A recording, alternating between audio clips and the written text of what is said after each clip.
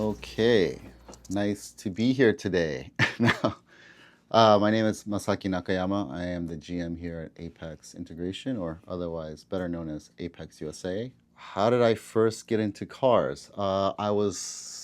Wow, it's been a while. It's been a few decades, well, a couple decades, not that old. I was probably in junior high, tail end, early high school years, and this guy I caught across the street, my neighbor, um, at the time I just thought of it as a Honda Civic hatchback, but you start getting into cars and start knowing about them. So it was an EG hatch, and he had a sticker on the back window. And it wasn't Apex, but at the time it was a trust sticker. So I had walked over there and asked him, "What is trust on your car?" And he's like, "Oh, that's my muffler, my exhaust." I was like, "Oh."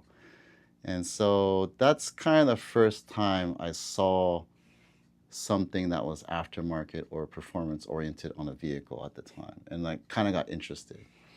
And fast forward a little bit, and then I got into, got older, got my license, and it wasn't really a performance oriented car. It was a early 90s Acura Legend. So I wanted to do stuff to the car. So I started at the time in audio, so it was like get the subs, get a box, custom make it, put in the trunk, and it was more audio related at the time. And then getting into like JDM front headlights and other bolt-ons I could find. That was my first car, so I was a little fortunate to get into that. But it was a old '90s Acura Legend sedan. Wanted to VIP it out, but still young, not enough income, not enough money, so couldn't really do too much to it, but just simple bolt-ons. Yeah, and then, interested in cars and myself, I, was and still was studying Japanese to be more bilingual. So I wanted to utilize that somehow. So I got into international business and started at a shop back in 2001. And at the shop was kind of cold calling Japanese brands, and we were trying to get uh, various brands here introduced and imported as far as parts. And that's kind of how I started my career. I was working at a shop with international business background or education rather, and trying to get in touch with like the spoons and the top secrets and all the various old school brands that we hear about. And that's kind of how I started. And then it kind of rolled into Apex. While I was there, I ran into Toshi Hayama. He was the VP of Apex USA at the time. That was 2002. So we're talking about 24, 25 years um, of my career here. And I met Toshi. I didn't know who he was at the time. I just knew he had an R34 Skyline. He was getting it serviced at a old school kind of Japanese mechanic across the way from our shop. And he just reached out, said, "Hey, how are you?" And started, small talk. And they were looking for someone for sales at the time. And he said, "Yeah, if you want to try a manufacturer and try something different, give me a call and get in touch with our company." I was like, "Okay." And so, yeah, I actually, was doing the international import aspects of the shop business at the time. And then I wanted to kind of, I was interested in kind of evolving and moving forward into a manufacturer. So, and Apex at the time was one of the top brands, So, I applied, I got hired in, and that was it. It started from there, and here we are now, 24 years later. Hmm. What makes Apex the brand different from others? Um, that's a good question. I've seen kind of the waves of the ups and downs from '02 to now 2026. And back in the early mid 2000s there was like a very peaky growth of this aftermarket industry. I mean, we had the Fast and Furious movie start, the very first one, and that kind of introduced, I believe, aftermarket performance to the mass market or mass audience. So there was a super high growth, and then we saw like recessions in the late 2000s, and it just started going down, steady up, and so I would say riding those waves and lasting through all the good times, the tough times. I think me personally, riding, being along for that ride is what separates Apex the brand from others. We've been there since the early 2000s or maybe late 90s here in the States, early 90s in Japan, the brand itself, and it's kind of stood the test of time. That's not just the product, but it's also most important is the people behind it, the people who have maybe stayed and have been in it for a long time through the daily grind, and even the people who've been there and aren't there, anymore in Japan or here. It's just everyone who's come along the way has been a part of shaping this brand and this company. What is something that people or customers don't know about Apex? Um, I think the one that stands out for me, just because I've been in it for a while now, is the origins of the name. Some people get to hear this story and it's shared, internally, but we get nowadays, is it Apex? Is it Apexi? There's an I at the end of the name. Uh, it's how you, the customer or the person perceives it. So I personally call it Apex. It's just the word. The I is actually silent, and that's why it's lowercase. It's actually the first initial of the original owner who created and started Apex, and he decided to put that I in there for the logo. But yeah, it's Apex the brand, Apex the company, and so that's just in the logo itself, as far as the branding is concerned. Why have I been here for so long? I would say it's probably a very important aspect of that is a fun factor. It is still fun for me. I enjoy um, the work, the industry, uh, going to events, going to shows, with the company, the brand. I think that part is probably what keeps me going and keeps this, fun and alive within myself. Um, you can't. It's like with anything, right? You can't really enjoy something fully unless you have some passion or you do enjoy it. So I certainly still do enjoy being at Apex and the brand and working here, um, and just striving to keep the brand going.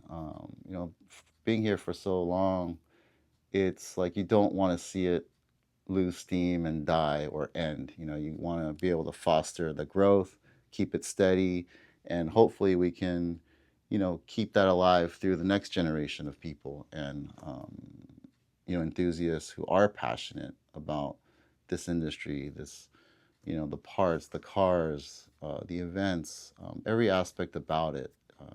Although it's like going to events now it gets a little tiring. It's kind of hit the body a little bit, but just mentally, it's still enjoyable and passionate for me. So I able to get through those long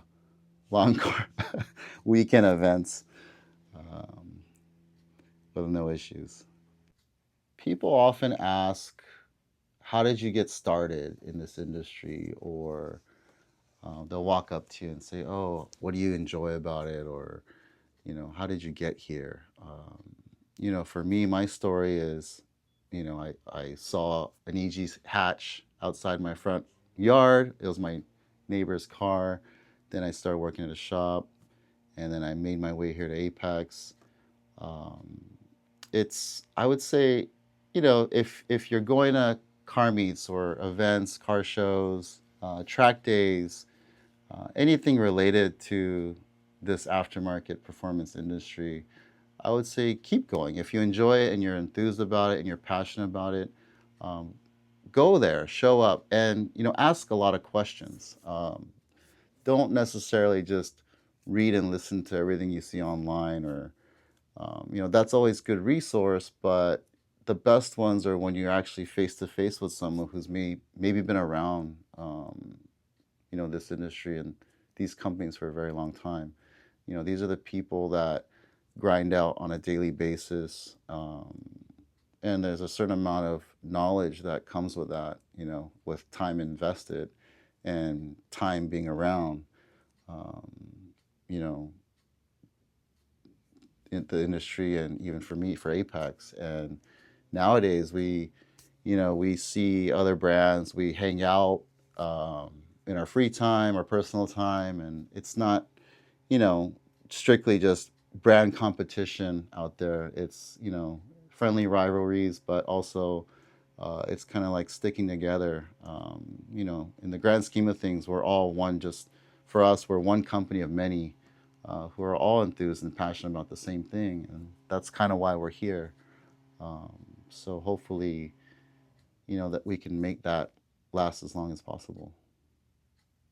Um, but yeah, I would say, go to events, meet people, you know, hear the stories and ask questions, and hopefully you can take something away from those moments and those experiences. So with those experiences, for me, I would say what I can take away from my career or being here for 20 some years is just always do your best, try hard, don't give up, even when the times are tough, like we've experienced. But right now, and we've been able to get to a point where we're pretty, steady, and I'm happy about it.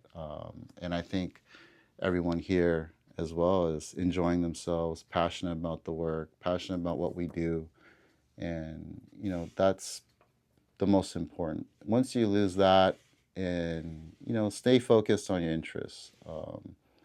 But yeah, it's the experiences, the moments, and those are the things that I take away the most from Apex. I'd say um, there's been some memorable events or times of being here. There's too many to name, but I would say something that came full circle for me was, within a broad timeline would be 2003. We'll go all the way back to the first D1 Grand Prix that showed up stateside. And, that was a pretty impactful moment because that was the first time we saw like drift cars, like pro level cars, come here from Japan, and a fleet of them. We're talking 10 to 15 of them showed up, and that was at Irwindale Speedway.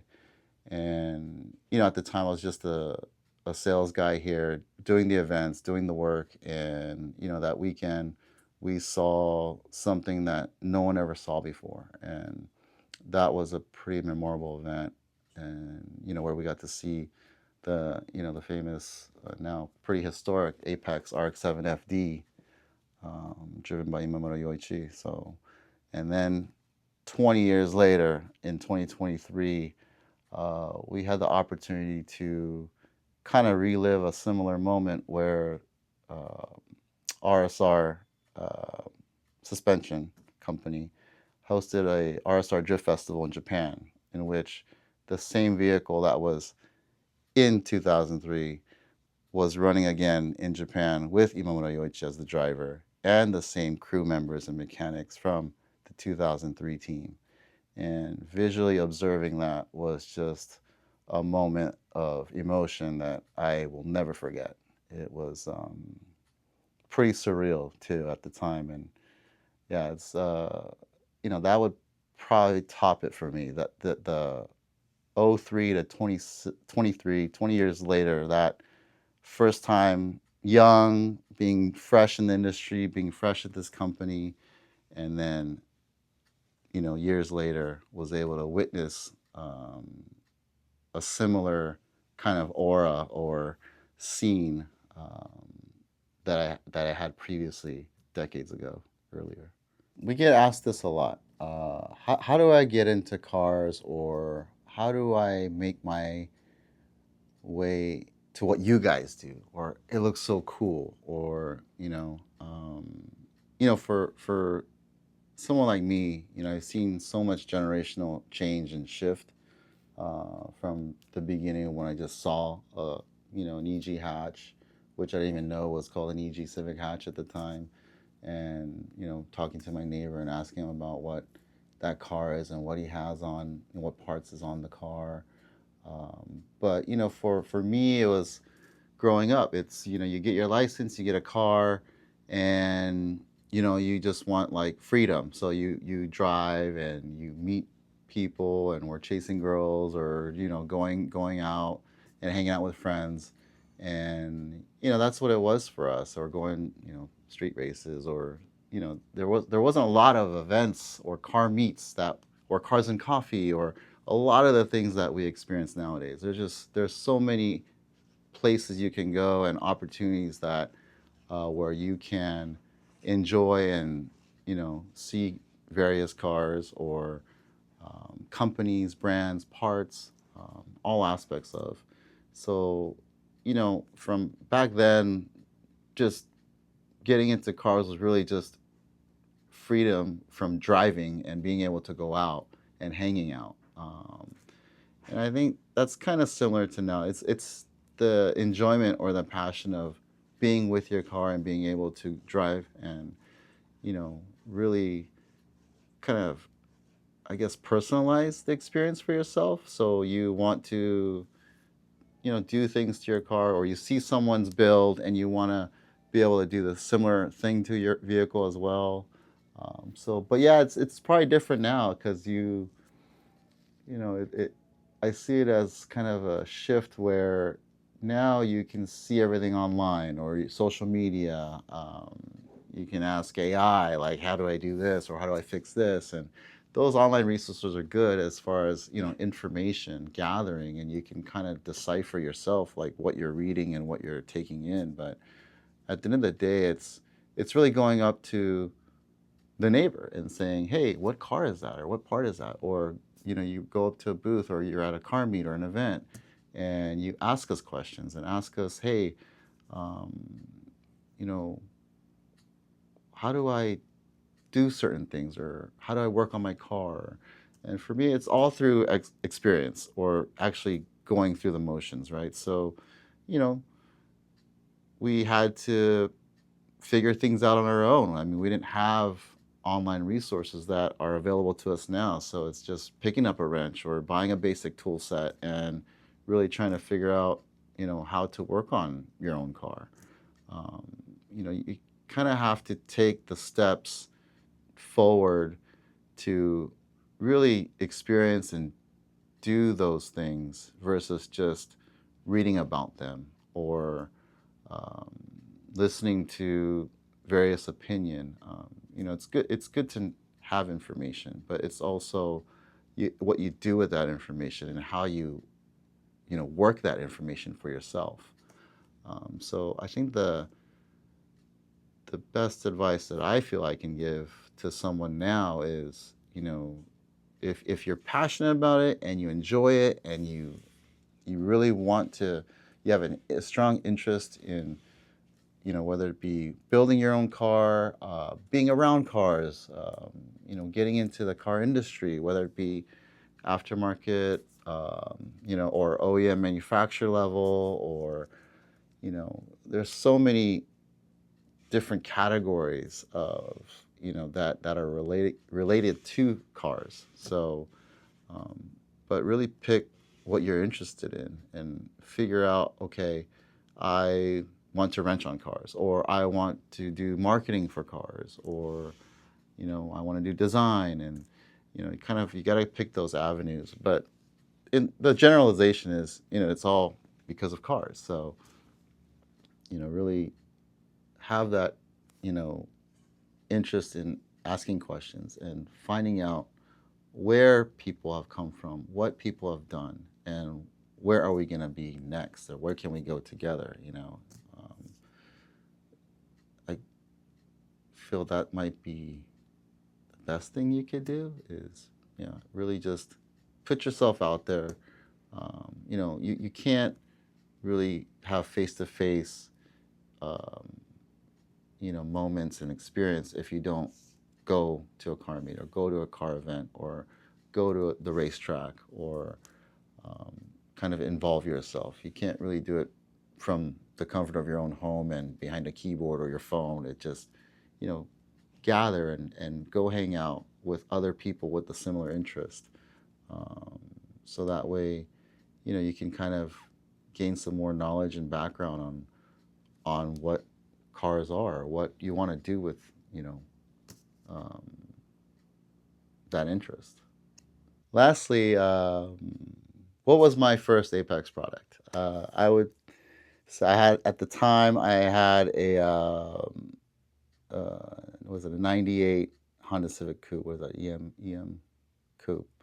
And those early to mid to late '90s Hondas, it was about you know exhaust, and so I had chosen to get an Apex and one muffler. And so that would be the very first product. And then meanwhile, in that same kind of era was the VFC, so the VTech controller. So those were my two first Apex products that I had personally uh, on an old 90s Honda, which I still have an old 90s Honda now, too. Thank you guys for your time. Just wanted to share a little bit about myself and, our company and, why we're here and what is it that sparks us to do what we do. And hopefully we see you out there at the next event that we're out at, or give us a call, send us an email or a message. But yeah, who should we interview next? All right, fun stuff. Coffee, matcha, or energy drink? Coffee, hands down. It's coffee every day. It's like a ritual for me. Come into the office with one or without one. It's going to be brought here or made here. So, coffee.